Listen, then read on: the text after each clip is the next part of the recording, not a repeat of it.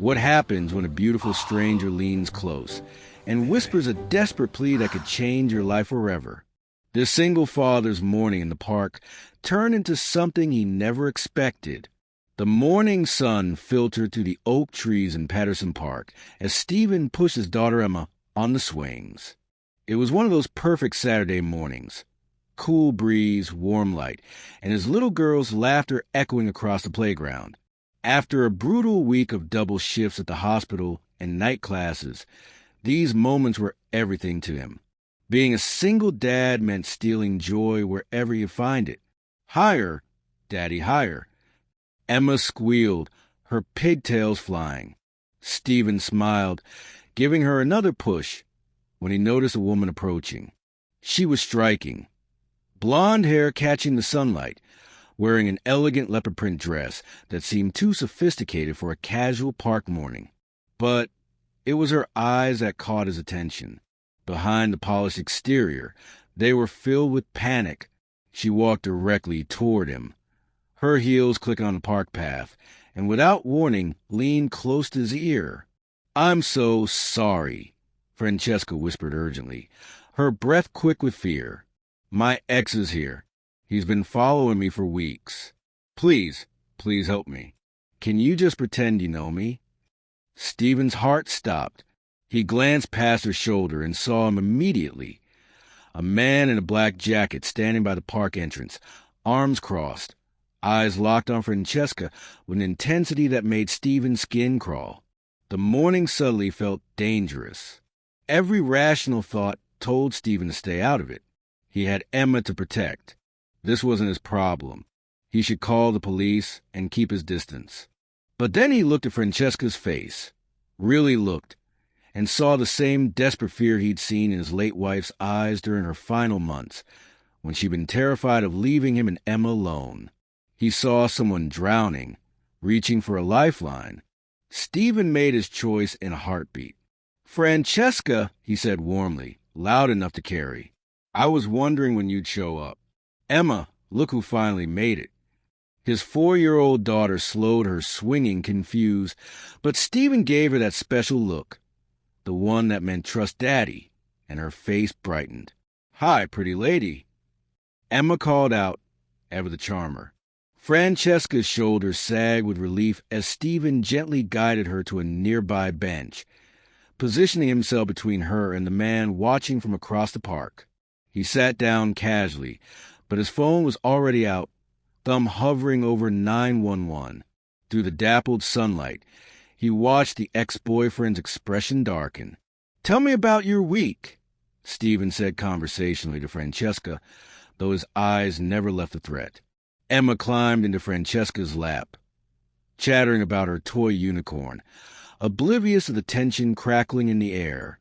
The man started walking toward them. Stephen stood smoothly, every muscle in his body coiled tight.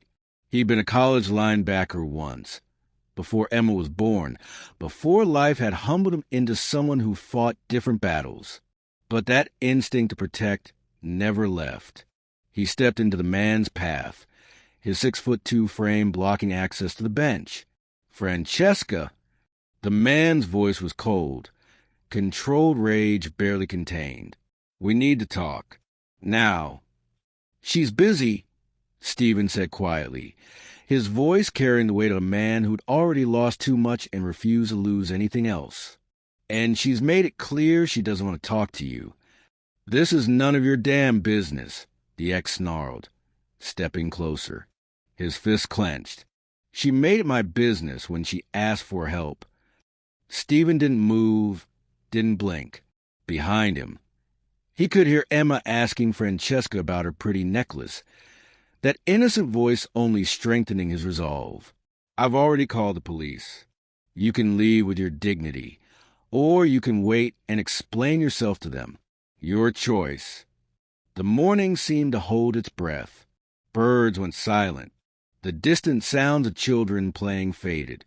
The ex's jaw twitched, his hands trembling with barely suppressed violence. But then something shifted. Maybe it was the certainty in Stephen's stance. Maybe it was the sound of approaching sirens. Maybe it was seeing that Francesca had found someone willing to stand between her and harm. The man spat a curse, turned sharply, and stalked away through the trees. Stephen exhaled slowly, his legs nearly buckling from the adrenaline. He turned to find Francesca crying silently, her hand covering her mouth. Emma had wrapped her small arms around Francesca's neck, patting her hair the way Stephen did when Emma had bad dreams. "You're safe now," Stephen said softly, sitting back down as two police officers entered the park. What Stephen didn't know then was that this moment would become the beginning of everything. Francesca would file a restraining order that morning, finally finding the courage to break free from 3 years of stalking and fear. She'd find Stephen on social media 2 days later to thank him properly, and they'd meet for coffee while Emma drew pictures at the table. 6 months later, Francesca would be teaching Emma how to braid hair. No longer the terrified woman from that park morning, but someone radiant with reclaimed strength. A year after that, Stephen would realize that the whispered plea that almost scared him away had actually led him to exactly where he was meant to be. Not just helping a stranger, but finding a partner who understood that real love meant showing up when it mattered most. But in that moment, with sunlight streaming through the trees and his daughter comforting a stranger, Stephen simply reached out and squeezed Francesca's hand. "You don't have to face things alone anymore," he said. "Not today. Not ever. Sometimes the most important decisions we make take only a heartbeat. Sometimes helping a stranger is how we find our way home. And sometimes a whispered plea in a sunny park is the beginning of everything that matters. Because real heroes don't wear capes. They push their kids on swings, work double shifts, and choose courage when it would be easier to look away."